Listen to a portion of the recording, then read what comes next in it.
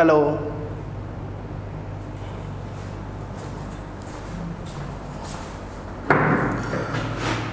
Good morning बच्चों। Last lecture जो अपन ने अटेंड किया था 12th का, वो था इलेक्ट्रिक पोटेंशियल जो डाइपोल था। कुछ टॉपिक और रह गए इलेक्ट्रिक पोटेंशियल का, वो भी मैं आपको एक्सप्लेन कर देता हूँ। इसी में से एक टॉपिक है electric potential due to conductor sphere और इंसुलेटर स्पेयर होता है। तो हम सॉल्व करते हैं, कंडक्टर का भी करते हैं और इंसुलेटर के स्पेयर का भी करते हैं। आओ देखते हैं। ये है इलेक्ट्रिक पोटेंशियल। आपको थोड़ा कन्फ्यूजन होने वाला है यहाँ पर, क्योंकि हमने इलेक्ट्रिक फील्ड इंटेंसिटी कर ली है, तो वही कुछ वैसा ही मिलने वाला है। इसका भी थोड़ा डिफरेंट होगा। तो उससे स्टार्ट कर, पहले हेडिंग क्या है वो लिख देता हूँ मैं। Electric potential due to conducting uniformly charge sphere. Electric potential due to the conducting uniformly charge sphere क्या है? क्वेश्चन आपसे पूछा है उसने कि सपोज करो कि ये एक स्पेयर, कंडक्टिंग स्पेयर है, तो नो डाउट चार्ज यहां पर होगा।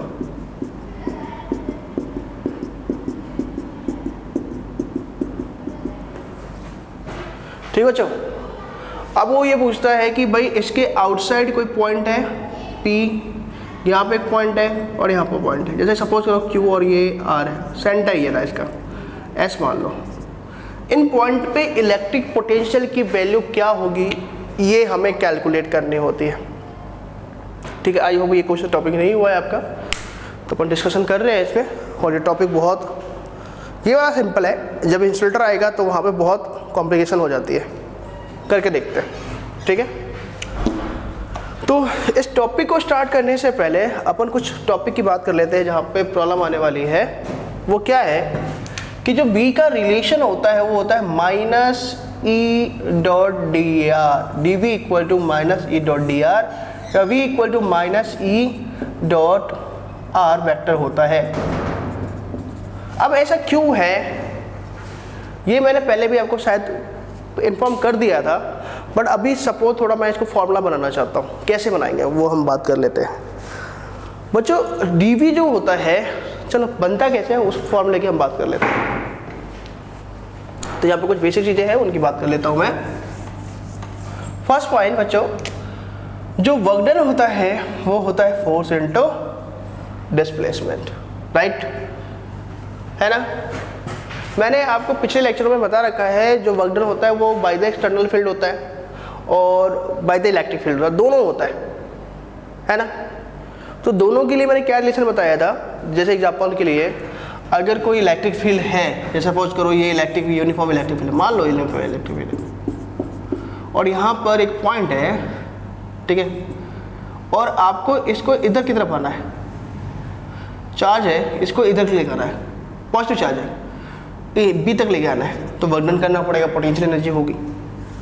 क्वेश्चन ये है कि जब वर्क डन करोगे बाय द एक्सटर्नल फील्ड, तो इलेक्ट्रिक फील्ड इधर लग रहा है, तो आपको एक्सटर्नल फील्ड फोर्स इधर लगा के लेके आना पड़ेगा। तो डिस्प्लेसमेंट फोर्स सेम डायरेक्शन में होता है, इसलिए वर्क डन हो जाता है पॉजिटिव। बट इलेक्ट्रिक फील्ड के पॉइंट ऑफ व्यू से सोचो, यही दो पॉइंटों के बीच में, तो इलेक्ट्रिक फील्ड इधर लग रहा है और डिस्प्लेसमेंट इधर हो रहा है। तो अगर ये एक्सटर्नल फील्ड के, एक्सटर्नल फोर्स के पॉइंट ऑफ व्यू से सोचो तो प्लस का होगा, बट अगर इलेक्ट्रिक फील्ड के पॉइंट ऑफ व्यू से सोचोगे तो ये हो जाएगा माइनस का हो जाएगा।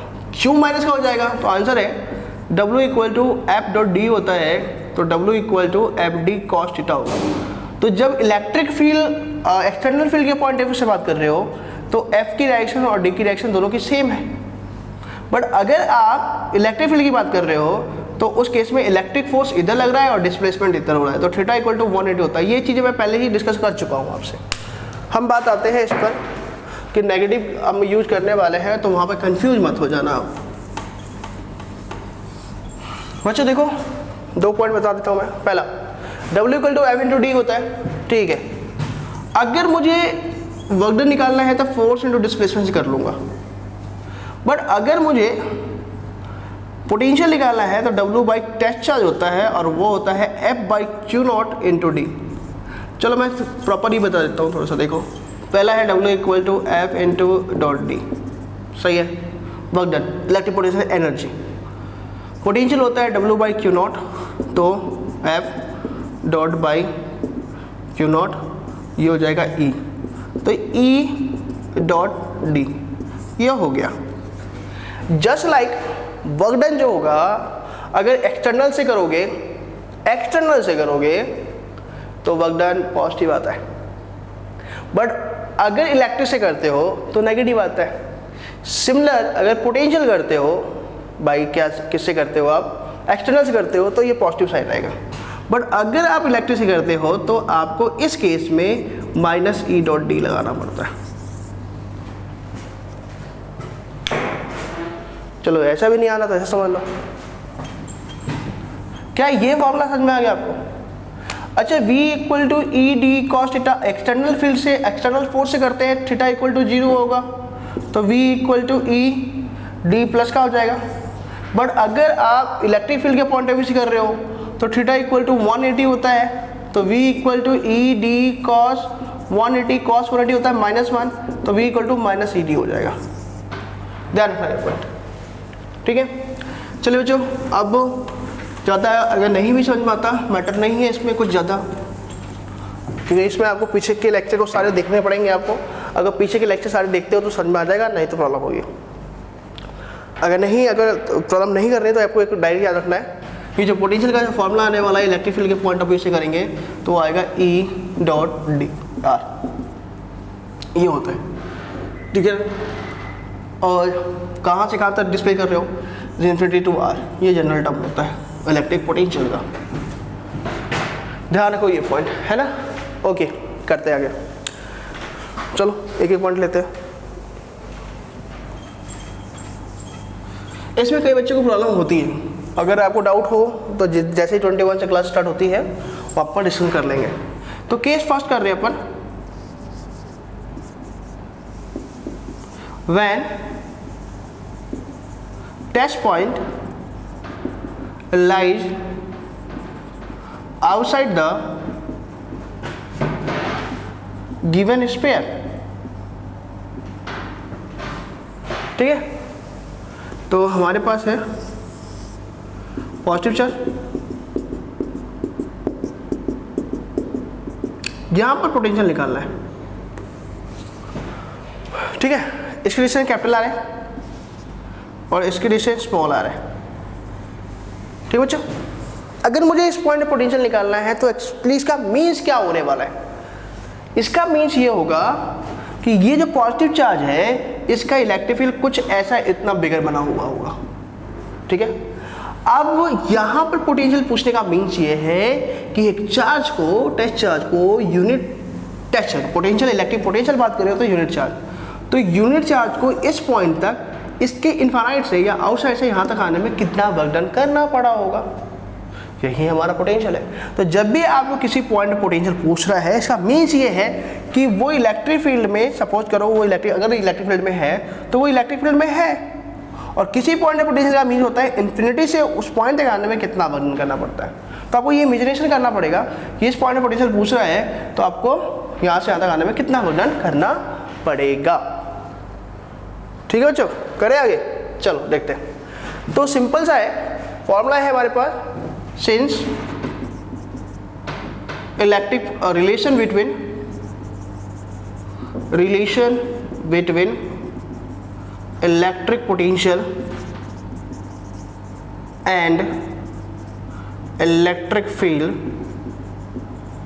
इंटेंसिटी एंड डिस्प्लेसमेंट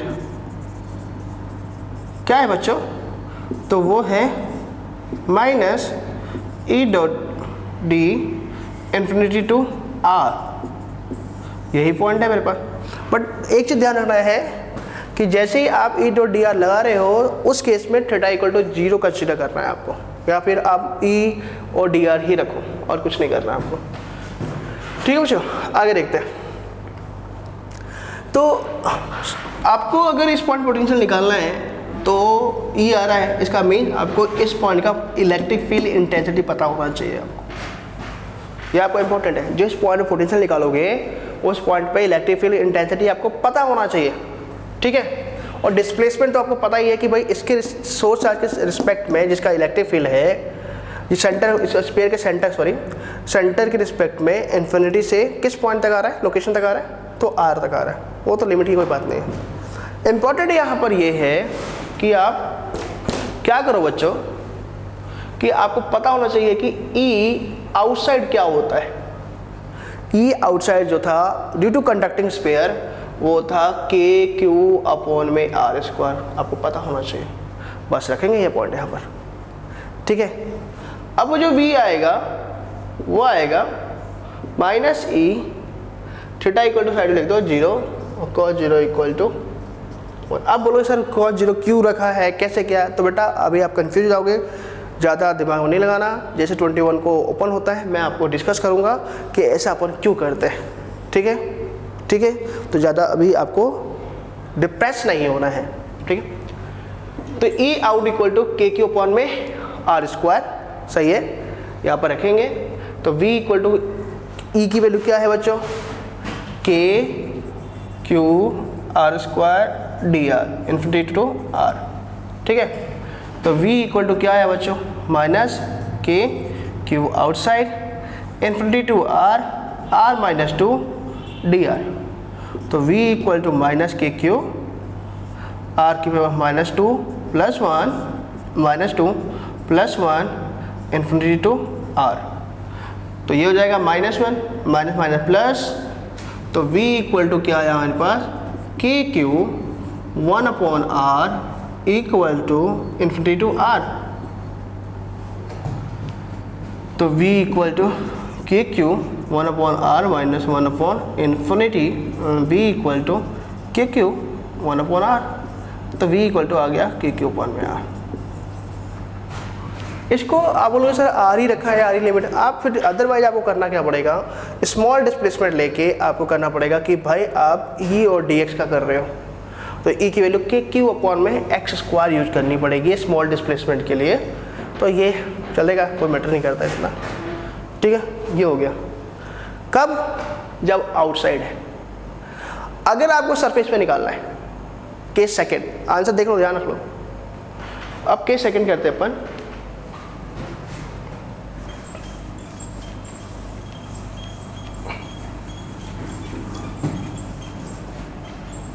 मुझे नो डाउट इसमें कई बच्चों को नेगेटिव पॉजिटिव प्रॉब्लम होती है साइन में। तो जैसे ये ओपन क्लास होती है, रीओपन होती है अपनी 21 को, उसके बाद मैं आपको जस्ट वहाँ पर डिस्कशन करूँगा। कई सारे बच्चों को कई तरीके के डाउट आएंगे, तो वो सारे डिस्कशन करेंगे अपन।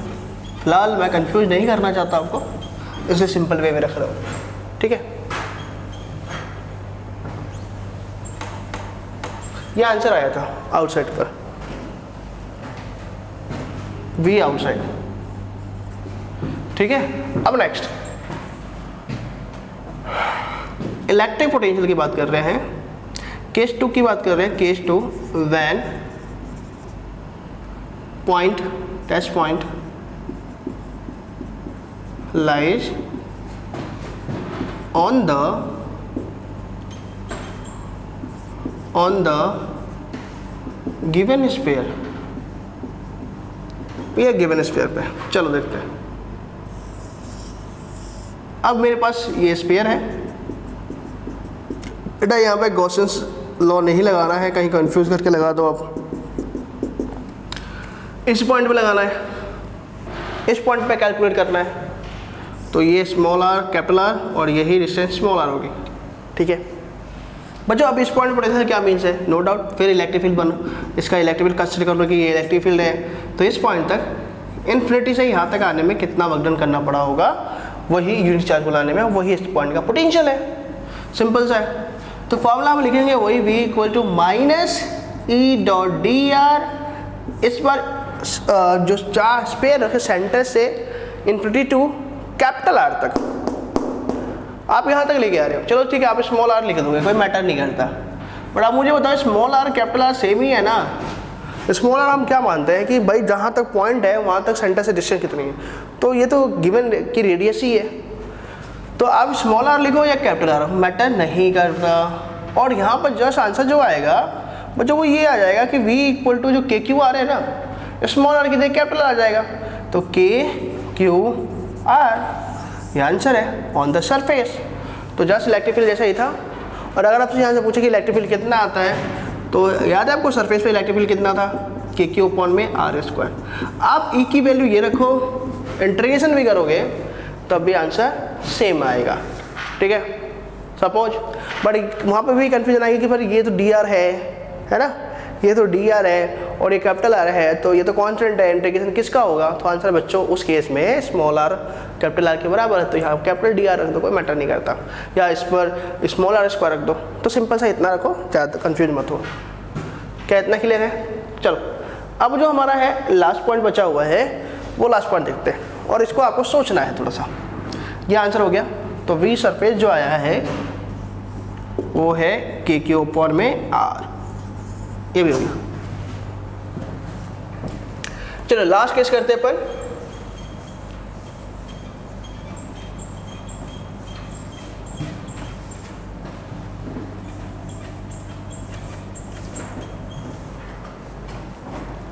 नेक्स्ट पॉइंट, व्हेन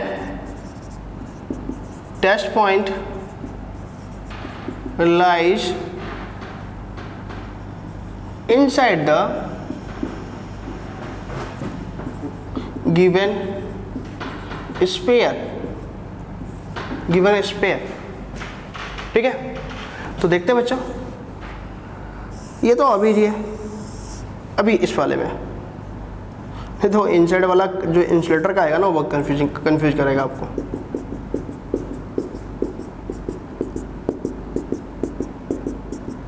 ठीक है बच्चों, ये है कैपिटल आर। अच्छा बच्चों मुझे इस पॉइंट पर पोटेंशियल निकालना है, कहाँ पर, यहाँ पर, ठीक है, ये पॉइंट है। और ये सपोज करो ये स्मॉल आर है डिस्टेंस, इसका इलेक्ट्रिक फील्ड में बता रखा है, सपोज कर लो कि ये हमारा इलेक्ट्रिक फील्ड है। अगर इस पॉइंट पे पोटेंशियल निकालना है तो ध्यान से समझना, एक पॉइंट बहुत इंपॉर्टेंट चीज है आपकी, ठीक है। पोटेंशियल होता क्या है, एक मैं वीडियो का टाइम देख लूं कितना होता, कितना बाकी है। अभी टाइम है आपके पास, कोई नहीं है आपके पास, क्या मेरे पास है। चलो देखो एक पॉइंट समझते हैं अपन।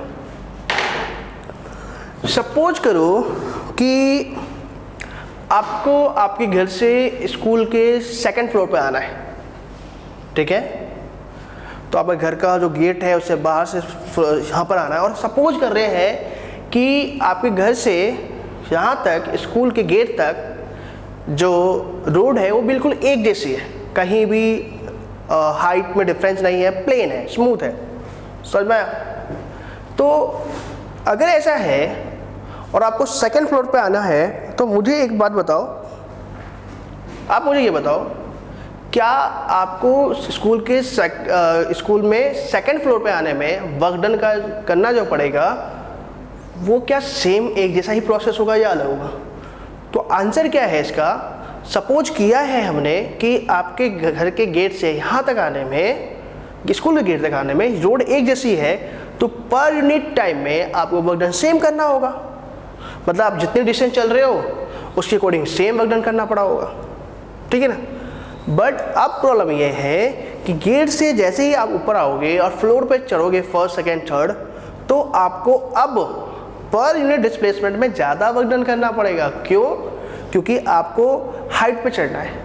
जैसे ही आप चलते हो, लैडर से जाते हो, सीढ़ियों से जाते हो ऊपर, तो आप थकोगे। क्यों? थोड़ी डिस्टेंस ऊपर जाने पे थकोगे।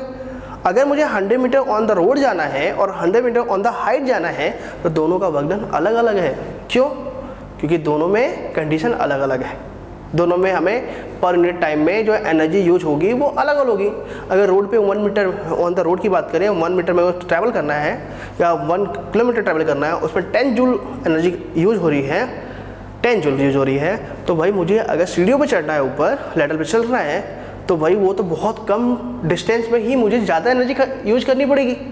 तो अगर वहाँ पे 1 किलोमीटर में मेरे को 10 जूल यूज करना पड़ रहा है तो यहाँ तो 100 मीटर में ही 10 जूल यूज करना पड़ेगा। मीन्स एनर्जी जो कंज्यूम करने की जो रेट है वो डिपेंड कर रही है लोकेशन पे, पोजीशन पे डिपेंड कर रही है। समझ में आया? सोचना एक बार।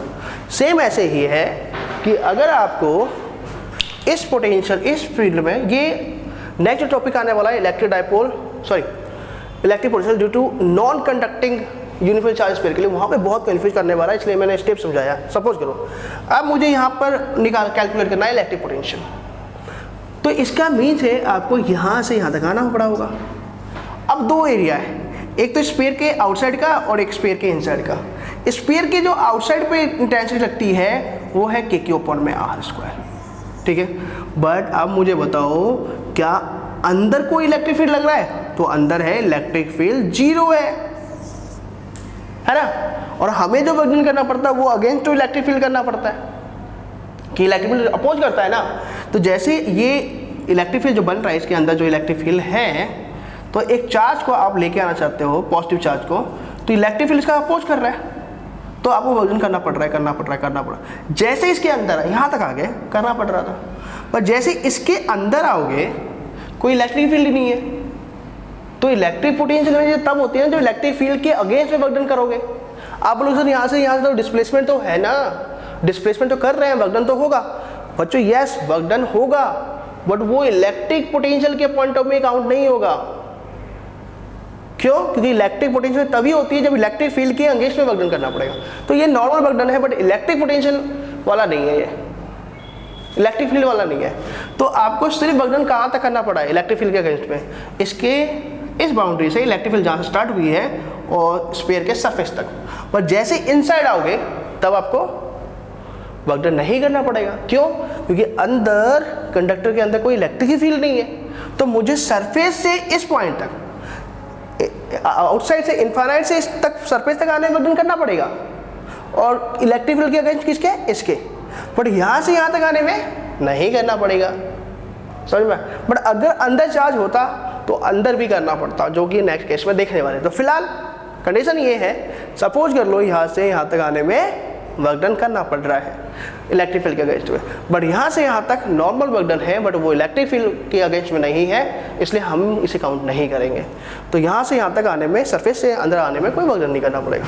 तो इसलिए हम इसको दो टर्म में पहले तो लिखेंगे, क्या जो वर्कडन है वो होगा फॉर्मूला वही इन्फिनिटी टू r E.dr, कोई मैटर नहीं है, बट इसको स्प्लिट करेंगे दो टर्म में। पहले आपको इन्फिनिटी से कैपिटल R तक आना है, इन्फिनिटी से कैपिटल R तक सरफेस तक E.dr प्लस सरफेस से कहाँ आना है? अंदर। तो सरफेस कहाँ पे है? सरफेस को क्या बोल रहे हैं? कहाँ से? पहले कहाँ से कहाँ तक आना था? इन्फिनिटी से सरफेस से मतलब कैपिटल R तक आना था। अब सरफेस से इस P पॉइंट तक आना है, तो कैपिटल R से स्मॉल r तक आना है। बोलो sir capital R small r क्यों बोल रहे हैं? हम पोजीशन बताते हैं कि सेंटर के रिस्पेक्ट में किस पॉइंट से किस पॉइंट तक आ रहा है, या कितने डिस्टेंस से कितने डिस्टेंस तक आ रहा है। तो इस पॉइंट से जब आप यहाँ से चलना स्टार्ट कर रहे हो तो इन्फिनिटी से सरफेस पे आ रहे हो, तो मतलब इन्फिनिटी से r तक आना पड़ा है डिस्टेंस तक। और जब इस पॉइंट पे आओगे तो इसके पॉइंट में सरफेस से यहाँ तक आना है, तो r से ये कितने डिस्टेंस पर है? स्मॉल r, तो r से स्मॉल r पर आओगे, तो ये इन्फिनिटी r और कैपिटल R से स्मॉल r, और ये भी लिखोगे E.dr। बच्चों अब दो सेक्शन करना है आपको सॉल्व, कि ये जो आंसर है ये तो आपने पहले ही कर रखा है, ये सरफेस वाला ही तो है, इन्फिनिटी से सरफेस तक आने में, तो वो तो आपका आंसर डायरेक्ट आया ही था kq/r। बट ये जो सेकेंड पार्ट है कैपिटल R से स्मॉल r और E.dr, ये तो डायरेक्ट जीरो होगा, क्योंकि अंदर कोई वर्कडन करना ही नहीं पड़ रहा है, क्योंकि अंदर इंटेंसिटी कितनी होती है? 0। तो ये पूरा पार्ट ही 0 हो गया। तो दोनों को ऐड कर दो, तो v इक्वल टू एक का आया kq/r, एक का आया 0, तो आंसर वही है। क्या ये समझ में आया या नहीं आया? तो ये वाला पार्ट तो kq/r देगा, मतलब यहाँ से यहाँ तक इन्फिनिटी से सरफेस तक आने में वर्कडन करना पड़ेगा, बट सरफेस से अंदर आने में कोई वर्कडन नहीं करना पड़ेगा। ये आंसर हो गया। यहाँ पे एक चीज़ समझने की यही है, आपसे कई बार पूछ लेता है कि अगर सरफेस पे पोटेंशियल 10 जूल है, इलेक्ट्रिक पोटेंशियल एनर्जी 10 जूल है, तो बताओ ये कंडक्टर स्फीयर है, कितना है? कौन सा है? Conductor sphere. आपसे क्या पूछा उसने पूछा कि सरफेस पे पोटेंशियल 10 जूल है। इसका मीन्स है कोई इसका इलेक्ट्रिक फील्ड बन रहा होगा और इन्फिनिटी से यहाँ तक आने में वर्क डन कितना है 10 जूल। तो बताओ इस पॉइंट पे कितना होगा, या इस पॉइंट पे, इस पॉइंट पे, कहीं भी पूछे, अंदर कहीं भी पूछे तो आंसर है उतना ही होगा। यहाँ तक आने के लिए आपको यहाँ से यहीं तक आने के लिए वर्क डन करना पड़ेगा, बट जब अंदर एंटर होगे तो आपको कोई वर्क डन नहीं करना पड़ रहा। तो अगर आपसे पूछे कि यहाँ तक आने में कितना है, तो सिर्फ यहाँ से यहीं तक आना के लिए वर्क डन करना है, आगे नहीं करना। तो आंसर है 10 जूल ही। तो सरफेस पर और अंदर हर पॉइंट पर पोटेंशियल सेम हो जाता है इलेक्ट्रिक पोटेंशियल किसमें, कंडक्टर के लिए। तो आपसे कभी पूछे कि अगर सरफेस पर पोटेंशियल की वैल्यू 10 जूल है कंडक्टर के लिए, है ना, कंडक्टर स्फीयर के लिए, तो इनसाइड या किसी भी पॉइंट पे या सेंटर पे ही पूछ ले कि पोटेंशियल कितनी होगी, तो आंसर है वही होगी जो सरफेस पे, आंसर है 10 जूल ही होगी। आज के लेक्चर को इतना ही करेंगे, नेक्स्ट लेक्चर में और पॉइंट देखेंगे। Thank you.